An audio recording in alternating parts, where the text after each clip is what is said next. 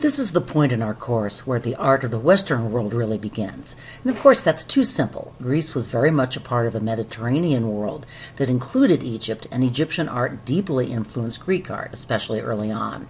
But much of what I want to focus on today is what changes as we move north and west. The term ancient Greece does not just refer to the country that we call Greece today, the country I've circled here in red. Greek civilization was really born in Crete, the island I've circled in green. It moved to Mycenaean, the pink circle, and the famous warrior civilization that gave us the stories of the Trojan horse and Odysseus.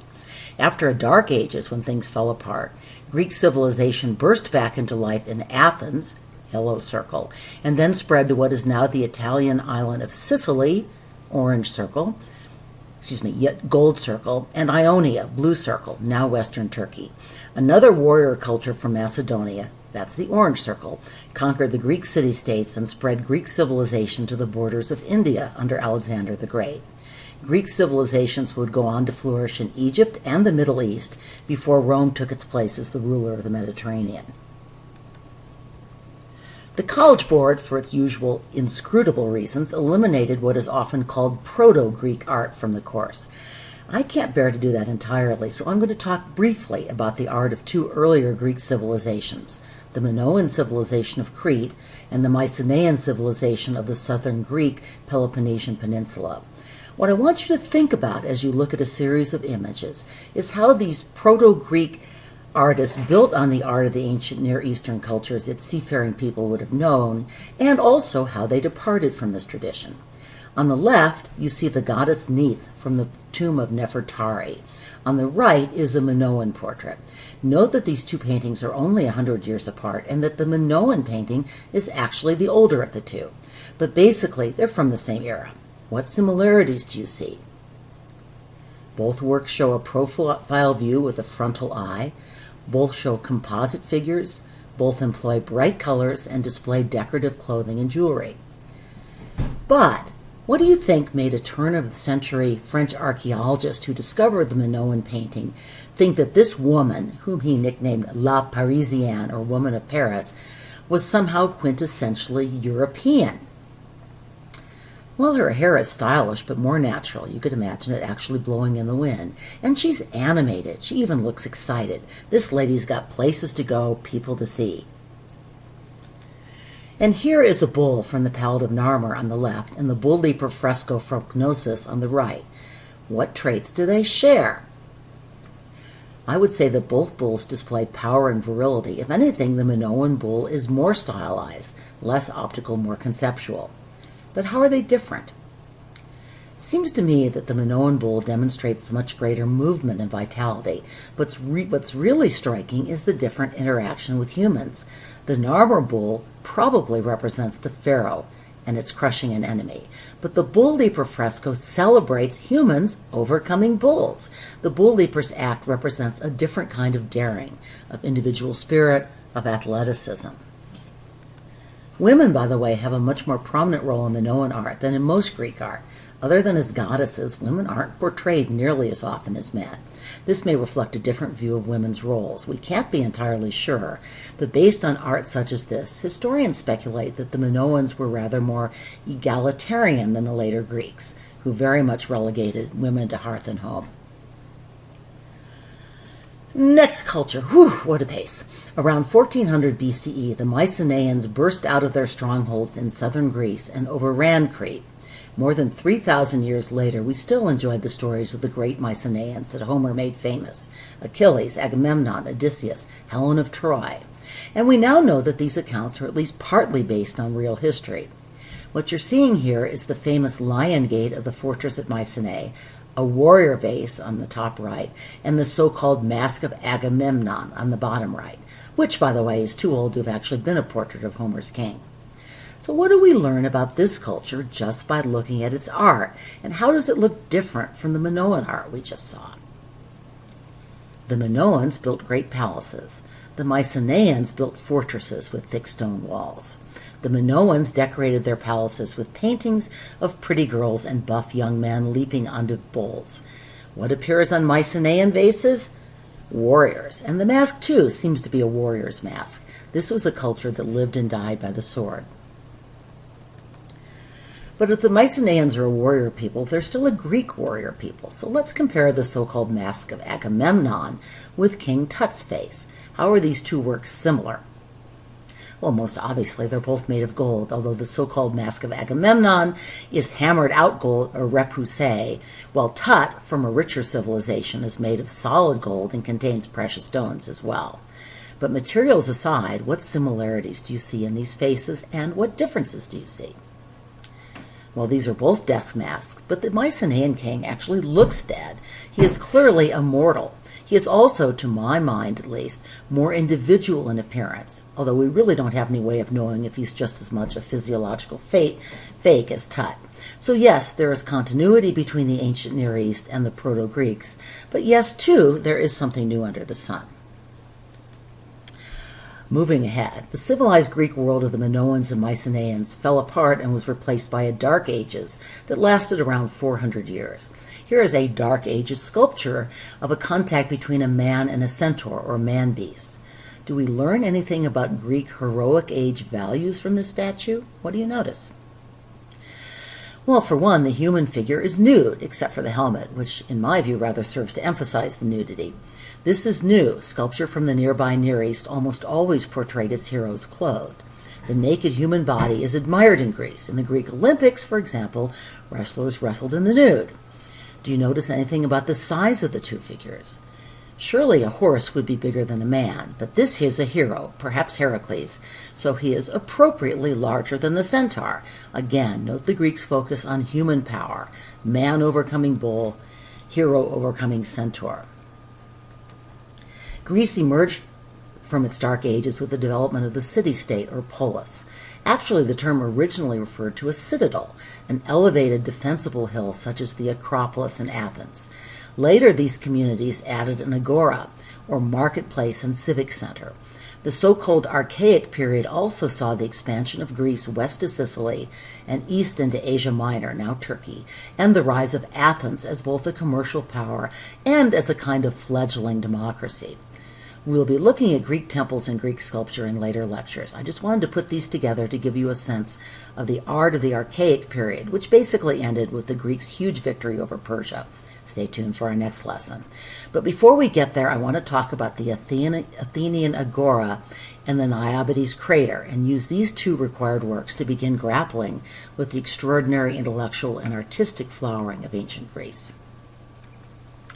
On the left, you see the College Board required image. It is remarkably unhelpful. That's why I put a labeled version into your workbooks. AP teachers have engaged in a lively online discussion about just what the College Board will expect you to know about the agora, and for that matter, why the ECB included this huge site, which really doesn't seem to be a work of art, in its list of required works. My own guess is that the ECB wizards want you to understand that Athens' culture was shaped to an extraordinary extent by its commercial ties to the Mediterranean world and by its unusual form of government, a kind of participatory government which, while limited to citizens, still reflected a rather extraordinary step in human history. The really famous architectural works are up in the Acropolis, where Athenians worshipped. The agora is where they pursued their daily lives, buying and selling goods, governing the city, and making and enforcing laws. This imaginative reconstruction is also in your workbook, and I'll just hit a few highlights. Again, we don't really know what the College Board wants us to know. You certainly need to be able to recognize the Panathenaic Way. I've marked it with a red arrowed line. This was the path that led from Athens' defensive Diplaion Gate through the agora to the Acropolis. Athens' main religious festival involved a procession of its citizens along this path, ending at the altar outside the temple to Athena, which was later replaced by the Parthenon, also a temple to Athena. Stay tuned. So, what's circled in green? This was one of the many stoa, or long colonnaded buildings that would contain shops, but were also the primary meeting place for Athenians. If you wanted to have a chat with Socrates, that is where you would go.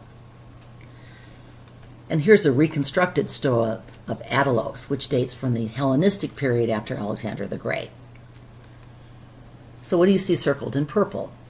The square building is the bouleuterion, or Senate building, and the round building is the tholos, a meeting place, actually a dining room, for the 50 men who ran the affairs of Athens on a day-to-day basis. The Greeks did not have a representative government. Members of the Senate were chosen by lot. In other words, any citizen could be called upon to serve in a leadership position. In times of crisis, however, the Athenians chose specific leaders, with Pericles as the most famous example. The agora was all about exchange of goods and exchange of ideas. The openness to discourse, debate, and even constructive disagreement really was something new in human history, and it reflects an extraordinary willingness to rely on human beings, that is, mere mortals, to make smart decisions and even to choose a bold new course. The Greeks asked a lot of their leaders, but it did not ask them to be gods. The war with Persia would reaffirm the Athenian confidence in themselves. Again, stay tuned. The Athenian Acropolis had originally been Athens' defensive citadel. Later, it became the main center of worship. The image on the left is the College Board's required map. There are 6 Acropolis images altogether. The image on the right, also in your workbook, shows you what you're seeing. But we're getting ahead of our story. This is the post-Persian Wars Acropolis.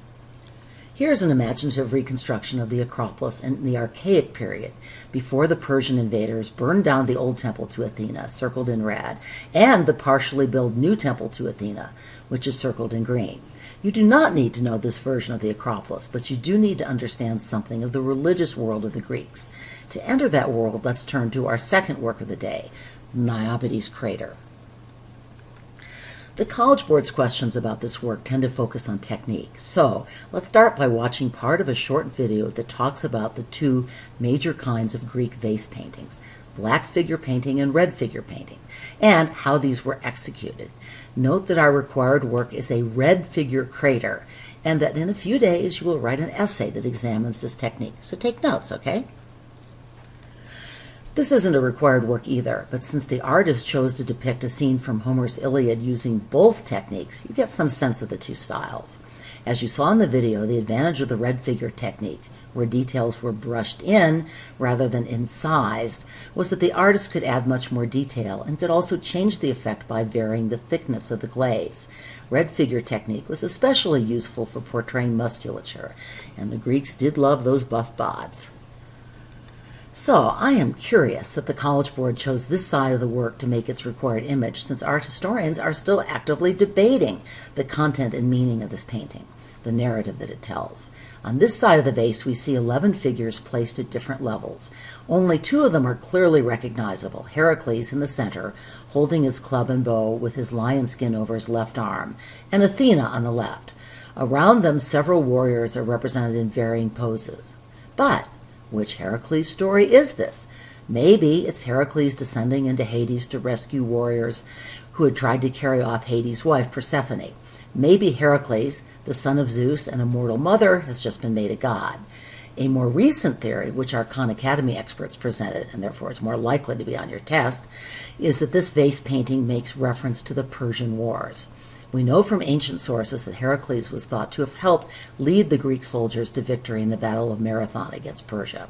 So this may show the warriors of Marathon coming to place themselves under the protection of the hero before battle. The Heracles portrayed may even have been a statue. I won't repeat the somewhat gruesome story that this vase presents. I assume you all watched the Khan Academy video. Instead, I want to pose this question. What do we learn about Greek values and Greek religion, both from the story and from the art? What kind of gods did the Greeks have? Greek gods behaved, and even more misbehaved, like people, only more so.